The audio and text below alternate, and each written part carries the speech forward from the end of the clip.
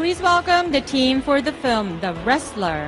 Director Iqbal Chaudhuri. এশিয়ার সবচেয়ে বড় ও মর্যাদাপূর্ণ চলচ্চিত্র উৎসব বুসান আন্তর্জাতিক চলচ্চিত্র উৎসবের ২৮তম আসরে নিউ কারেন্ট সেকশনে সিনেমা বলির এই জয় দেশের চলচ্চিত্র ইতিহাসের অর্জনের খাতাকে করেছে দারুণ সমৃদ্ধ। নির্মাতা হিসেবে ডেবু ফিচার ছবিতেই বুসানের মঞ্চ বাজিমাত করেছেন পরিচালক Iqbal Hossain Chowdhury. I also dedicate this award to my late father who believed that watching cinema is a sin. বুসানের পর সেই বলি এবার দর্শক হৃদয় জয় করেছে এশিয়ার আরেক বড় চলচ্চিত্র আসর সাংহাইয়ে। উৎসবে ইন্টারন্যাশনাল প্যানোরামা বিভাগে দেখানো হয়েছে ছবিতে।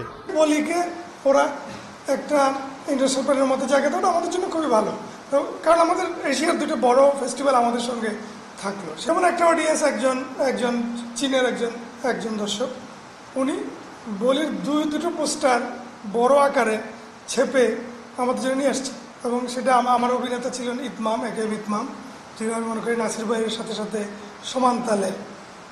খুবই অসাধারণ পারফরমেন্স। বাংলাদেশের স্টেজে কাজ করতো, এখন চেক রিপাবলিকে অ্যাক্টিং নিয়ে পড়ালেখা করে। তো দফর বলি ওর নাম। তো ওর অটোগ্রাফ নিচ্ছিল ওইটার মধ্যে। তো সঙ্গে মনে হয় বেসিক্যালি আমার মধ্যে হলো যে ওকে বেশি পছন্দ করলো ওরা, তো একটু আমারও একটা নিল। তো আমি দেখলাম যে আমি ওনাকে জিজ্ঞেস করলাম আপনি পোস্টার কীভাবে ম্যানেজ করলেন, ও হাসে। এশিয়ার দুই সেরা আসর অভিজ্ঞতার তুলনা করে পরিচালক বলছেন বুসান আসর এশিয়ার চ্যাম্পিয়ন। বুসানের দর্শক আমার কাছে অবশ্যই তারা চ্যাম্পিয়ন দর্শকের দিক থেকে। সেখানে 5 থেকে 6,000 লোক একই ছাদের নিচে, বললাম যে একই সঙ্গে যখন ছবি দেখে, এবং এটা যে উন্মাদনা, ফুল সিটিটা যেভাবে সিনেমার শহর হয়ে যায়, বুসান নামটা কানের মতোই। সাংহাই আবার ব্যাপকতার দিক থেকে বড়। সাংহাইয়ের অনেকগুলো ভেন্যু, যেমন আমাদের 3টে শো ছিল, 3টে শো 3 জায়গায়। সাগর পাড়ের গল্পকে উপজীব্য করে নির্মিত সিনেমা বলি সহজ গল্পের এক রোমাঞ্চকর নির্মাণ। নির্মাতা বলছেন শিগগিরই দেশে মুক্তি দেওয়া হবে সিনেমাটি। বলি খুবই সহজ গল্প। এই গল্পটা কি, একটা বয়স্ক লোক একটা চ্যাম্পিয়ন বলির সাথে, ইয়াং পাওয়ারফুল লোকের সাথে বলি ধরতে চায়, তাকে হারাতে চায়। এর মধ্যে কিন্তু কোনো জটিলতা নেই দাদা। এই গল্প একটা শিশুও বুঝতে পারে যে এই লোকটা বয়সে বেশি, এই লোকটা তার জীবনের শেষ দিকে আসছে, তার শক্তি কমে গেছে, সে খেতে পায় না ভালো, হ্যাঁ, তার মুরগি ডিম দেয় না, হ্যাঁ, তার চারদিকে অভাব, তার সবই বিপদ। আর একটা লোক খুবই পাওয়ারফুল, 3বারের চ্যাম্পিয়ন, অলরেডি সেলিব্রেটেড। এখানে কিন্তু কোনো কঠিন গল্প নাই দাদা। আমি সহজ গল্পই বলছি।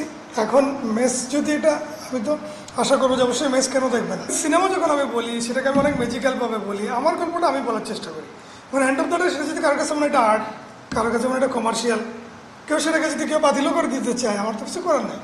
তো আমি মনে করি আমার গল্পটা আমি আমার মতো করে বলছি। বাংলাদেশ অবশ্যই আমার কাছে সবচেয়ে গুরুত্বপূর্ণ, তো সেটার জন্য এবার ঢাকা আসা, সেজন্য আসলে আমি খুব আশাবাদী যে বাংলাদেশের দর্শক এই ছবিটাকে ভালোভাবে নেবে। সেদিক থেকে আমাদের সাগরের গল্প, আমাদের বলি খেলার গল্প, আমাদের মাহি সাওয়ারের গল্প, তো আমি খুব আশাবাদী যে মানুষ এটা দেখবে।